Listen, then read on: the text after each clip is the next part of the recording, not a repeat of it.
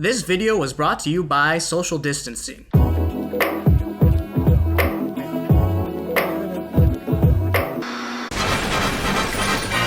Cowboy Bebop. It's a show about cowboys.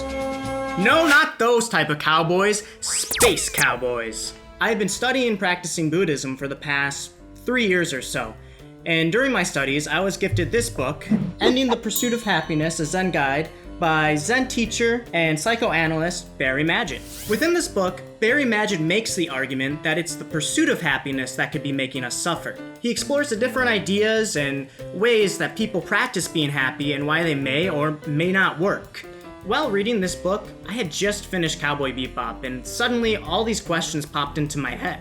Was Spike really happy in the end? Hell, was he happy at all, or was it all a facade? Were any of the cowboys happy, or did I watch a show of characters just sharing in each other's misery? What a depressing group.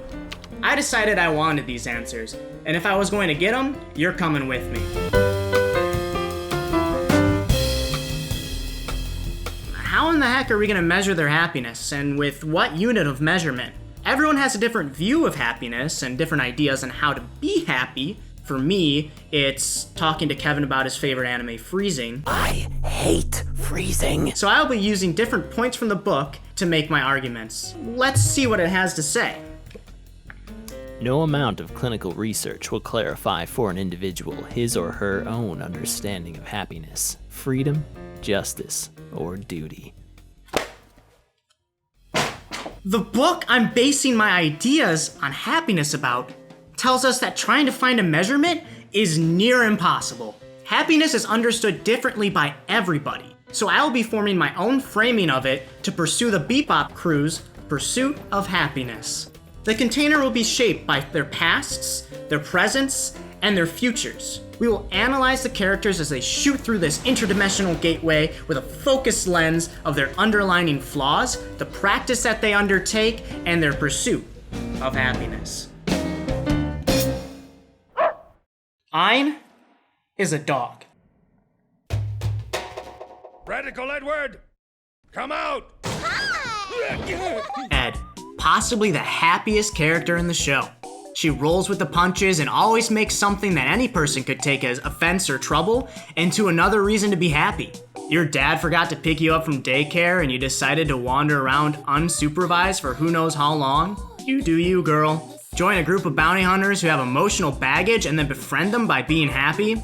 Who among us wouldn't? Even when hunting a bounty, she treats it like a game. Look here, you stinky cowpoke! With how easygoing Ed sounds, her exit from the show hints at a little something more.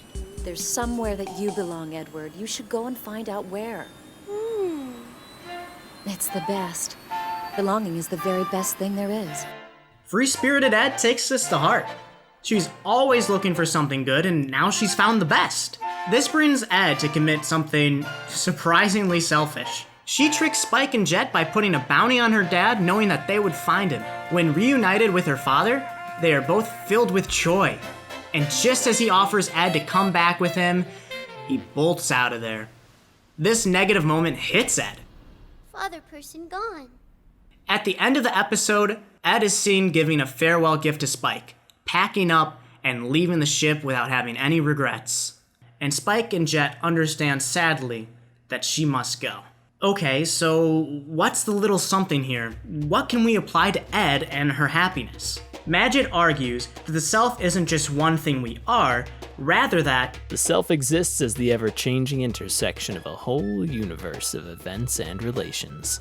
Or put differently, the self exists to change, and Ed accepts this. I'd say that Ed lives Spike's mantra, whatever happens, better than he does.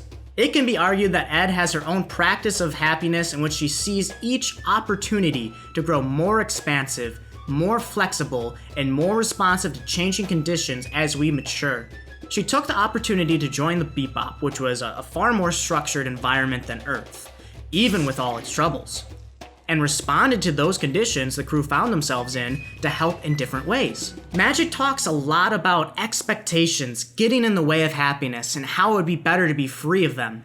At some point, we may find we have shifted our expectations about enlightenment away from some state of ultimate perfection to a state of expectation-free.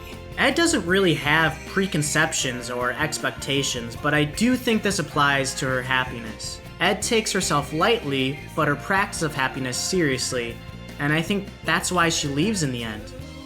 I know Cowboy Bebop doesn't give us a lot of Ed, but I do think that her final moments in the show were vibrant with character that spoke to her pursuit of happiness.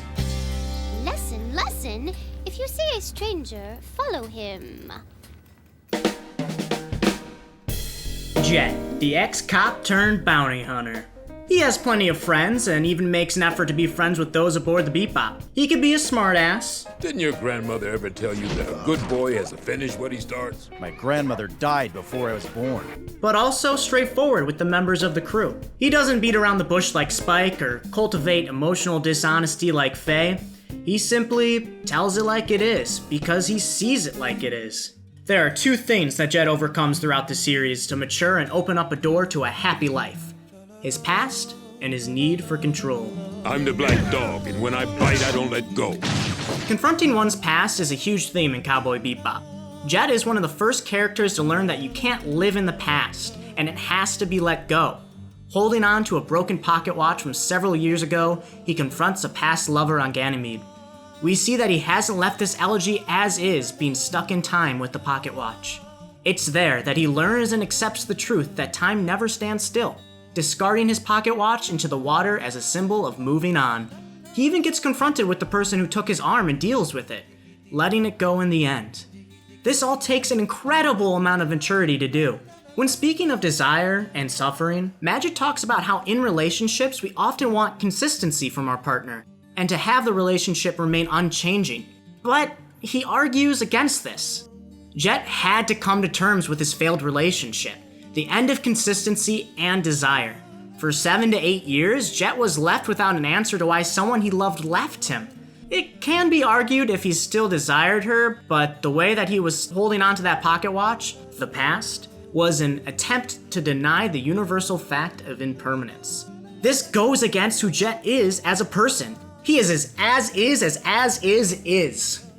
Say that 10 times fast. Which is why it makes sense for his character to move on. I believe that Jet, throughout the majority of the series, embodies one of the ways in which Magid describes living with pain. Gradually, we become more willing to let that pain simply be there as part of our experience. The way we let whatever sound that comes through the window simply be there. And the Ganymede elegy became whatever sound that came through the window. This practice of happiness that Jet uses is challenged in another form: control. The type of control that Jet has seems almost fatherly towards Spike and Faye. What makes them all think they can do whatever the hell they like? He's also quick to anger when one of them won't listen to him for their own safety or good, especially when it comes to Spike. In episode 5, we get our first argument between Spike and Jet over Spike's past. I'm not gonna back you up. Your call. He ends up telling Spike to deal with it on his own and gets pissed off. Not only at him, but then Faye too for helping him. At the end of the series in Real Folk Blues, we see this argument again, but in a different light. Instead of getting angry and fighting him, he tries to reason with him. This time, Spike reasons back and Jet gives his fatherly consent to go. He accepts that it's his fight now, and he can't fight for others or do everything for others like he did for his ex-girlfriend. I wanted to live my own life, make my own decisions, even if they were terrible mistakes. It's important to note the difference between acceptance and resignation here. Acceptance means seeing the facts for what they are and looking forward from there. Resignation means looking at the way things are and feeling hopeless. When the Bebop is out of fuel and food, he doesn't give up. He gets a bounty. When his friend, who has been running away from his past his whole life, decides to do something about it, he lets him go and face it. Find what you lost and get it back.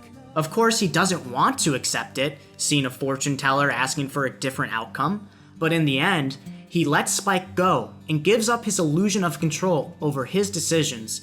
He leaves Spike on a good note and gets the goodbye he couldn't have before. Jet struggles with the impermanence of his own friends. He has to learn to accept two huge changes someone can experience in their life: the end of a relationship and the death of a loved one. Jet does a great job of accepting the first of the 4 noble truths of Buddhism. Life is suffering. Jet practices his happiness through acceptance of suffering and coming to terms with the fact that suffering is not an optional or a controllable or removable part of life. This ship is my ship, and this arm is my arm. Jet is the take it or leave it guy, and being able to leave everything just as it is a real challenge in Zen. I believe that in the end, Jet meets the challenge by accepting things as is. Time never stands still, you know? Oh wait, shit. Roxanne, all she wanna do is party all night. All she wants to do is party all night. Never gonna love me, but it's alright. I wondered why that was, so I thought about it, and I have my answer. Faye is unhappy. You would be too if your loved ones died of old age, you were frozen due to a disease, and now had an outstanding hospital debt? She must have been American. When Faye awakes, she has no idea who she is, when it is, or where she is. She lost her memory, and the people who reintegrate her into society are the ones who are trying to cheat her. Her view of this new world became apparent to her. Trust no one, and make money. Some promises are made to be broken. In fact, most of them aren't. But she knows that's part of the problem. She doesn't like doing what she does or that mindset. Which is why I believe she wants to find out who she was and what she was like before. Tell me, who am I? Faye wants to belong, but she doesn't think belonging is possible in this world. So she comes up with these fake ideals to stand by until proven otherwise by the world around her. Thanks to her past, she's unable to trust. You know the first rule of combat? Shoot them before they shoot you. Faye lets us know who she is right away. This is her approach to relationships in this world she's been thrown into. She plays along as it benefits her, but she never shows her whole hand. She always has something up her sleeve. Or in this case, something up her pants. Wait, that came out wrong. Every time she takes this approach, it always bites her on the ass. Whether that be stuck orbiting a planet or handcuffed to a bed. Survival of the fittest is the law of nature. We deceive or we are deceived. Thus we flourish or perish. Nothing good ever happened to me when I trusted others. That is the lesson. Faye is always trying to distance herself from the others in the group due to her poor trust issues. Magid says we get too wrapped up with differentiating between the good or bad and being happy or unhappy. We often get too preoccupied with the idea of labeling things this way, so that what we really desire can be narrowed down by calling it the real thing. I believe this can be applied to Faye's idea of trust and forming relationships. When speaking with Gren, she tells them that she doesn't need any comrades and that it's far better to be alone. When I'm dealing with them, I swear it's nothing but trouble. Immediately, Gren shuts her down. You were just afraid they'd abandon you, so you abandoned them. Magid believes that this autonomous way of living is a denial of feeling. We try to squelch our feelings so as not to be vulnerable anymore, and we rationalize that through detachment. Jet saves Faye while she is in a very vulnerable position, and it's only after this that she's okay being brought back to the Bebop. The interaction that she and Jet have on the way back is one of her big character growth moments. It is one of the first times she finally warms up to the crew. Why'd you come after me? I want my money back. The ship's safe. Yeah? It only had 20,000 in it, you know. Is that right? Tell me. Often, the barriers we have between people are the barriers we put up ourselves. And more often than that, we were past the barrier already without knowing it. Faye set up this barrier to prevent her from joining the Bebop family, but the fact is, she was already in it. Magid focuses quite a bit on the idea of vulnerability and impermanence that comes with having relationships, but concludes that we need that support system. Faye's view of a shoot-first and broken promise world from her past is why it's so hard for her to rely on others. I said that Jet was able to move on by letting go of a hurtful memory, but Faye has no memories. This makes her hold on stronger. She can't let go because she believes her past holds who she's supposed to be. She wants to know what she was like before to be herself now. It's only until a video from her past comes into her life that she finally gets a glimpse of who she believes she should be. Everything her past self says strikes a chord with who Faye has become. While present Faye struggles with her vulnerabilities, her past self loves her unconditionally. She then goes investigating with clues from the video with the help of Ed, and the theme of belonging becomes struck when meeting Ed's caretaker. The first time someone has given her a healthy view on how to take this society she was thrown into. In this world, people must cherish whatever ties they have. Eventually, Faye runs into an old friend from high school. We hear the story of how ghosts appear in places where they have regrets, which is what Faye then refers to herself as. You'll never believe it, dear, but the fact is that she's a ghost from beyond. Her past and present self run parallel until they collide to show that her past has passed. She becomes this ghost of regret momentarily, still fighting her ties in place of belonging that she claimed to have figured out moments before running home. This feeling of belonging becomes resolved after Faye sees one more piece of evidence that this world is not as terrible as she believes it to be. The old lady at the airport waiting for her son mirrors her own worries and thoughts. I don't want to live a life where I'm always in someone's way. That's okay. I'm just glad you're here. Faye sees this interaction, which helps her go back to the Bebop once and for all, with a view of the world that includes happy endings. For Faye, the common thing that destroys her is trust. Whether that's trust in who she is or the people around her, trust is the major factor in her practice. Gren gives her this realization, but she still comes to practice with what Magid would call a curative fantasy. A curative fantasy is a personal myth that we use to explain what we think is wrong with us in our lives, and what we imagine is going to make it all better. Faye's curative fantasy is finding out who she was and who she's supposed to be, so that way she can suddenly trust herself and those around her, but it wasn't that simple. We all may be trying to cure some part of ourselves, but we often cannot imagine how we will get there. I'm certain that Faye never imagined opening up to some lunkhead bounty hunters would be how she transforms her practice. Lunkhead, lunkhead, lunkhead! So what about abandonment that Gren so aptly mentioned? Faye practiced avoidance of this fear by forcing herself to be alone. In the end, her fear is faced through Spike leaving. When she made the decision to come back to the Bebop, she was evolving her practice of happiness. She was opening herself up to the vulnerabilities that come with relationships. One such vulnerability is the death of that someone that you may come to care about and rely on.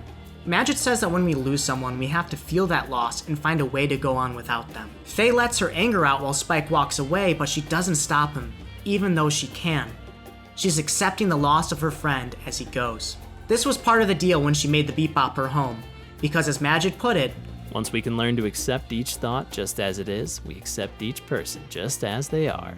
When she accepted the home, she accepted the people who lived there and the possibility of missing them.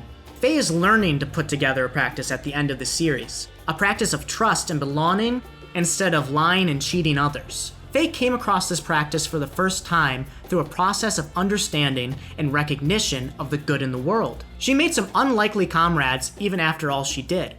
The moment we last see Faye is one of sadness, but the implications of her character suggest happier stories down the line, now that she isn't alone anymore. I'm still in the dark. I may never know anything about my past. Doesn't really matter, does it? You have a future. That's what counts. I can't tell when you're joking and when you're not. Yeah, I hear that a lot. Spike Spiegel, an ex-member of the Syndicate, a man who's died before, and a happy-go-lucky, old-fashioned bounty hunter. After all he's been through, he appears so cool and collected, but I'm here to tell you, it's all a facade. The first time I watched Cowboy Bebop, I was enamored with Spike's personality. You can imagine how caught off guard I was by the ending. Do not fear death. Death is always at our side. It was off-putting to me until I watched through it a second time with a different lens. Spike is putting on a show. When I first started researching for this video, I made a point to myself to note when Spike smiles. And the vast majority of times that he does is when he's antagonizing someone, fighting, or thrill-seeking by putting himself in dangerous situations. There's zillions of them and they've all got kill lasers. Let's do it. Having some lousy time because of some eco-terrorists. Wouldn't it be fun to put your life on the line to race through a hyperspace gateway? A suspicious package for Faye, huh? What could it... yeah, that's a good idea. I'm not the delicate, cautious type. I find that Spike can only really put on a serious nature when his past is mentioned or brought back to memory. I believe this is best described in the first episode where he goes to visit the shaman and is told that death is coming. One more time. What's that? I was killed once before. This shows that he takes what happens seriously and plays it off lightly. When his life is on the line, it's all a joke. It always appears as though he's trying to speedrun his life. Maybe that explains all the cigarettes. There's a reason for his daredevil, debonair, and thrill-seeking nature. It's all a distraction from his past. You have to be like water. Water can take any form. It drifts without effort one moment, then pounds down in a torrent the very next. In this episode, Spike describes the philosophy behind his fighting, and we get an understanding of what it really is for him, a meditation. Fighting helps him relax by clearing his mind. We also see Spike become agitated when he's at a standstill. Magid says that most people come to practice because they're not happy with the version of themselves they see every day. Spike is unhappy with himself, so he stays distracted through his meditation of fighting. But can fighting really be a meditation? Magid states that different techniques from many different cultures and traditions go by the name meditation. To paraphrase Magid's definition, meditation is allowing our attention to be wide open and simply observe whatever occurs moment after moment.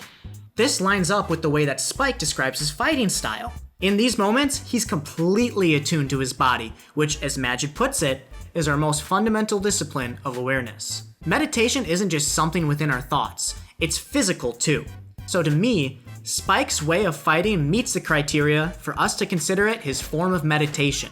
If he had described fighting as just beating up some dudes, I'd say my point is invalid, but the amount of thought he puts into this describes it as his practice. However, there are a few times when we get correlations from the battles Spike has with what he's feeling inside. In episode 1, he watches two people desperately pursue happiness and escape from their past. At the end of the episode, he looks out into space as to assume he is contemplating the events. At the end of episode 6, after killing an immortal, the immortal asks Spike if he understands what it feels like to finally be at ease. Yeah, I understand. As if. Even in arguments with friends, we see that he has to look introspectively from time to time. I never did understand you, right to the very end. I don't understand either. Maybe with all his contradictory wisdom, he still can't see that his past frames so much of his future. Spike does everything he can to keep his present separate from his past. He neglects to talk to Jet, only giving snippets like, "Oh, I died once, by the way." Whenever anyone digs a little too deep into his past secrets, he is quick to become the antagonist. You sing off key. He also becomes completely overtaken by any hint or clue that might lead him to Julia, leading him into rather vicious situations. What a joke! His cool guy facade is unraveled the moment she or anything else related to his past is mentioned. It's like his entire zen is completely disrupted, and so he disrupts every other part of his life, like his friendships, only to return afterwards from his heated moments to try again in the present. This plays into Spike's self-image. In his fight with Vicious early in the series, he claims that he bled all his feral blood out. Then why are you still alive? This is something that Spike faces continuously when his past gets brought up. He is that guy still. He's just somewhere else. The most important note that proves that Spike is still living in his past is his eyes. Your eyes are different colors. My left eye sees the past. And what about your right eye? The future. I'm just watching a bad dream I never wake up from. Spike can't wake up from that dream because his past is ingrained in him. His left eye is always watching that past. When he's in his assault of the Syndicate and approaches Vicious, his left eye is bloodied and closed. He's only seeing with his right eye. He's seeing the future. And what is the final shot of the show? His left eye closed. The left eye being closed tells us that his past is closed. He got the closure that he needed, which is why I believe that Spike died happy. Spike doesn't have a curative fantasy or trust issues like Faye, nor does he have control issues like Jet. In fact, he has a pretty easy time seeing things as is. Whatever happens, happens.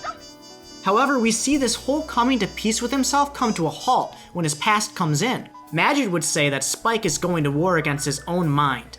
If he really believes what he is saying when it comes to forgetting the past and peace, we would call this spiritual bypassing. Magid describes spiritual bypassing as how it is possible for individuals to have profound insights into the emptiness and oneness of existence while continuing to operate in their everyday life from ingrained dualistic habits. In other words, Spike fails to take his own advice. He appears so calm, but there's a storm underneath that peeks out. Now, if Cowboy Bebop didn't end the way it did with Spike biting the bullet, or, sword, then I'd say that I'm reading into things way too much. Throughout Magid's book, he often points to an incorrect approach people take when coming to meditate. Meditation practices that aim at cultivating states of clear, thought-free concentration all too often end up fostering emotional disassociation and avoidance. Spike tried using his practice to cut out what he didn't like about himself and avoid his past, but it couldn't be done. Spike's emotional disassociation can be seen clearly with his opinion when others join the crew. Do you know that there are 3 things that I particularly hate? Kids, animals, and women with attitudes. As well as whenever his past gets brought up and he leaves the crew with little about himself. In the end, he does overcome this when saying goodbye to Jet, and through his conversation with Faye where he really opens up to her. I believe that the reason Spike stopped trying to escape himself was because he accepted that his practice failed. What new practice does Spike take up in the end? Closure. Closing the door to his past once and for all. Here is where Magid would say Spike's real practice begins. Our willingness to face ourselves in our anxiety or our anger in every moment becomes our practice, not something we can get out of the way so our real practice can begin. What makes the end of Cowboy Bebop so tragic is that Spike begins practicing right at the end of the series. We can't make realization happen to us. It's something that just happens. Realization happened to Spike in the Real Folk Blues. He is honest with himself, the crew, and the audience through the final 2 episodes. What are you going to do? Just throw your life away like it was nothing? I'm not going to die. I'm going to find out if I'm really alive. This is when whatever happens, happens. Really happens. Bang. When I went back to rewatch Cowboy Bebop for this video, in my head I imagined it a lot more depressing. Cowboy Bebop tells more than a story of a sci-fi western. It tells a story of friends who learn what it really means to be happy and try to make the steps towards happiness. More so, happiness is a practice that we all must look at and cultivate. I'm not telling you all to just be happy. I'm telling you that we can look at these characters and then look at ourselves and ask this: how am I practicing my happiness? Is it time to take a different approach? Are we happy?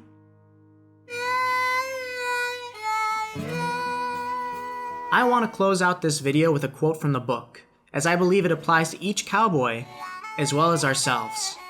A teacher is always at hand. That sounds like good news. The bad news is that teacher is life as it is, and that is the only teacher. Life as it is means the stream itself. It is always there to remind us that time's arrow flies in one direction only. Our self-centeredness is, at bottom, our desire to stop time in its tracks, to make the water hold still and stop time itself when we've reached a point in the stream we enjoy, or when we're afraid we hear the sounds of rapids around the next bend.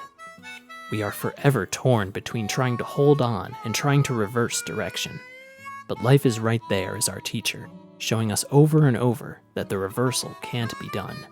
We can only be compassionate toward our life and towards those around us when we are no longer preoccupied with trying to control the uncontrollable. Water can take any form, but in the stream of life, it flows but one direction. When we accept that, we learn how to carry that weight and just maybe be happy. Thanks for watching.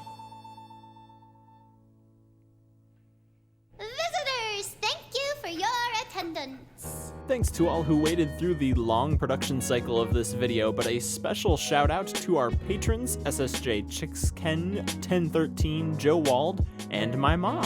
If you join them in supporting us on Patreon, you can see the bits and bobs cut from our various videos, commentary tracks, and little docs about creating our content. Between releases, you can find Dan and Thomas on Twitch, playing games. And if you're new here, y'all should wrestle up that subscribe button, buckaroo, hog tie that bell, and pass this video on to a rough rider who's got some spurs.